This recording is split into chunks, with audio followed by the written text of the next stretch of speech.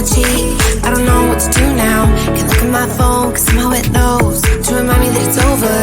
Oh, I finally blocked your Instagram stories, took down all your pics from the walls. I thought that I'd want somebody to hold me. It's not like me to not move on. 1 month in was horrible, and yeah, I couldn't sleep. Then 2, I finally did, but you invaded all my dreams. Then 3, I felt like dying, and then 4, I couldn't breathe. 5 months still with me. I still play our songs in the car, and I still check my phone, think you're calling. I still sometimes pretend you're here when you're not.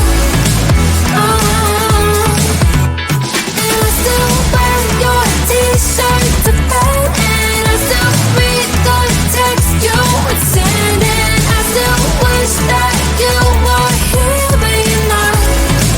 I wish you're gone. Thought it'd be a little clearer after some time, and I would see only me in the mirror, but you're still here looking at me. So when you said forever, was it a lie? What did you mean? Was the story really over? You know in my book it was you and me. I finally blocked your Instagram stories, took down all your pics from the walls. I thought that I'd want somebody to hold me. It's not like me to not move on.